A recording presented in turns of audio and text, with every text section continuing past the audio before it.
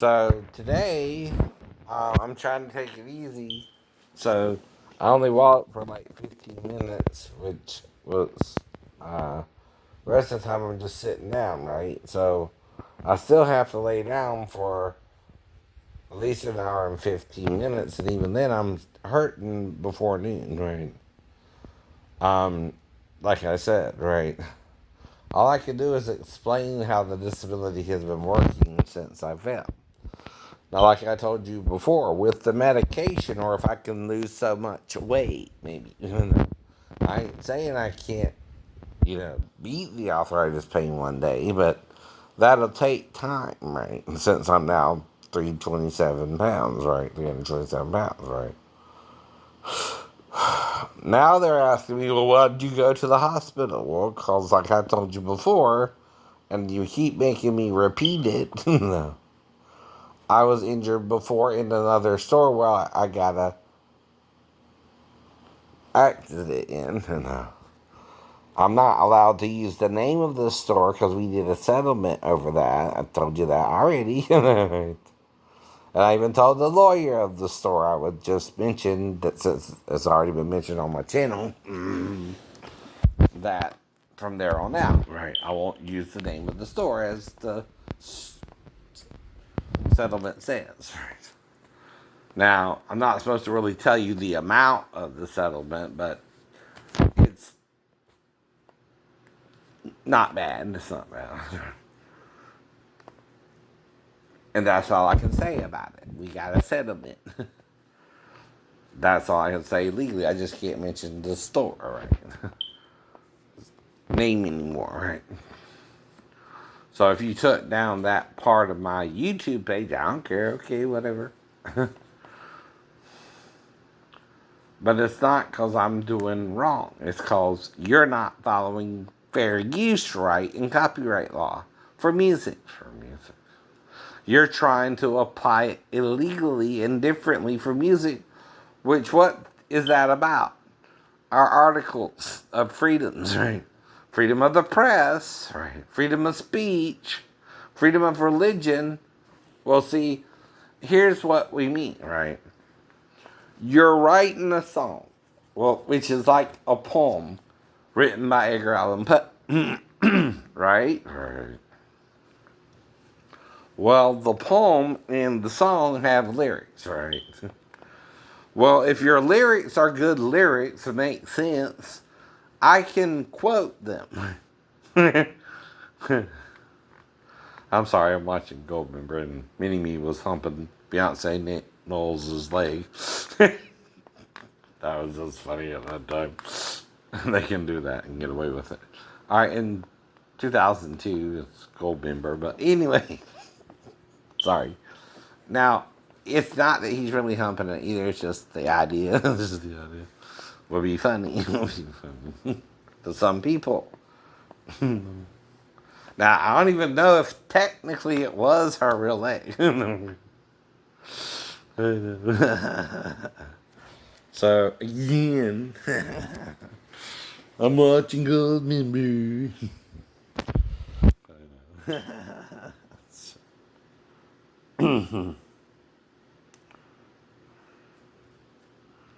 Uh-oh. And now they're feeding someone to the sharks.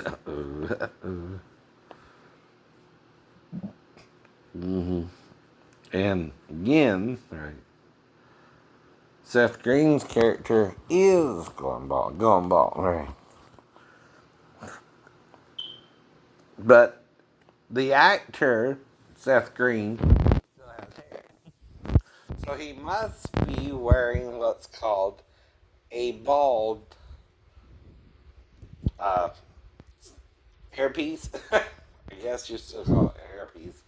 Without no hair, but with, or well, actually it has hair, but it's missing hair on one side and not the other, right? Right, right. Well, like I'm explaining, they're on about my hairline now, right? Again, it's not like they ain't brought it up before. They're lying about that too, and I keep explaining to them how my hairline works. For me.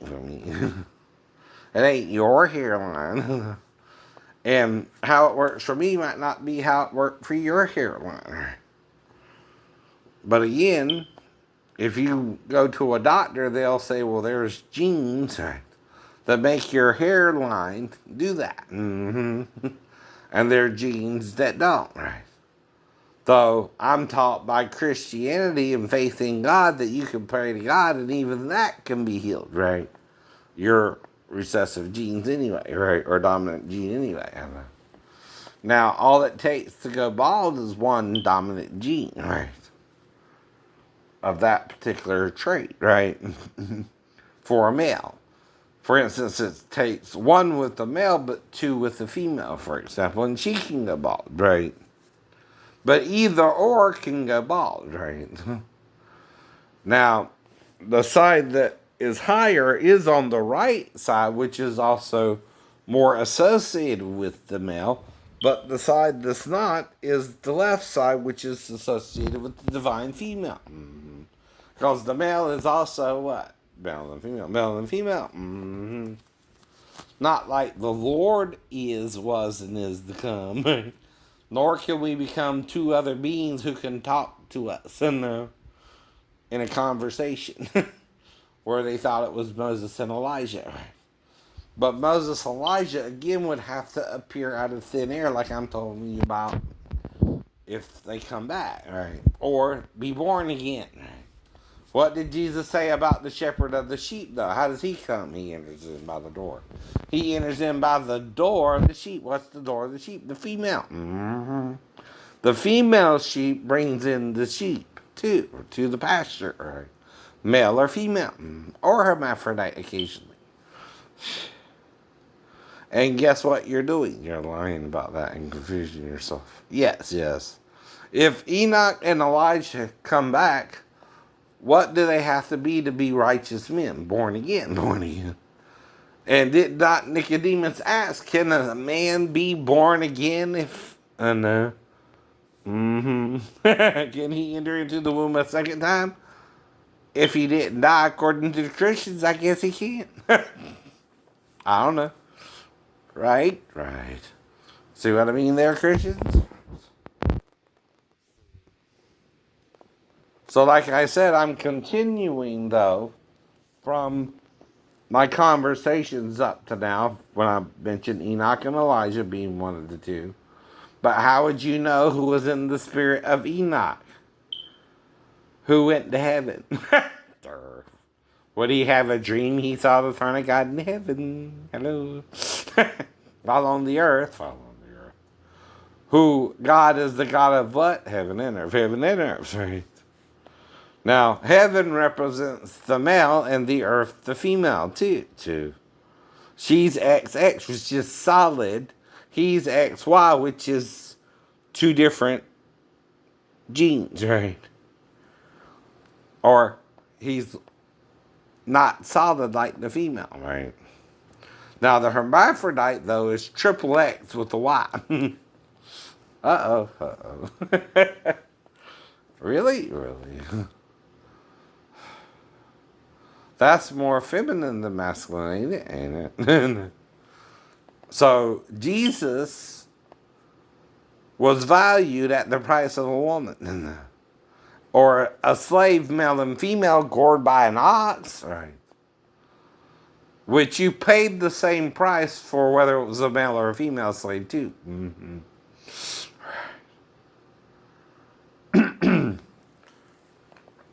Now, if a female made a difficult vow, though, when she was at the age of Christ when he died, her price would be 30 shekels of silver, which is from Zechariah. Right. Not Jeremiah. Now, I don't know why Matthew quoted Jeremy, but like all human beings, he can make a misnomer, right? He can think, he knows it's really Zechariah, but something in Jeremiah does mention a field bought for a certain price, but it wasn't 30 shekels of silver. Nope. It does mention some kind of transaction, but it wasn't for the 30 pieces of silver, which is in Zechariah. But the Lord agreed to the price, knowing this the price of a woman or a slave gored by an ox that the persons who owned the ox had to pay their master if they were gored by the ox, right? And if it was a male or female slave, they were both valued at the same value in the Bible. So this is the only time you see them valued equally, right? In Leviticus 27, where it talks about a difficult vow, the prices are different. In fact, it traces back to Joseph as well, being sold for 20 shekels after he was 17, before he was 20, into slavery to Egypt. See, a male between 5 to 20 had to pay 20 shekels of silver, and the female 15. And again, it gets different for 0 to 5, right? And again, that's why some people talk about aborting a child before a certain time, right? Too. Because of men who can struggle around a woman, and her fruit can depart from her. Of her womb. Well, see, God don't want you to do anything wrong, but if the woman is raped and feels she don't want to carry the child, do you have the right to force her, though, either? Right? No, you don't. You don't. It's her body. She was raped violently, maybe, and if she wants to take the morning after pill or whatever, right, that's up to her, right? She's got to carry the baby of that asshole who raped her, and it's up to her, right? Now, if you guilt trip her into it, I ain't saying you can't do that, but it's still her decision to let you guilt trip her into it, right? But if she wants to go down to the abortion clinic and abort it, she can't, right? And I don't judge her either way. That's what Jesus means too. And he says, judge not, lest ye be judged. That's what he means, right? Things like that are difficult situations for everyone to find themselves in, right?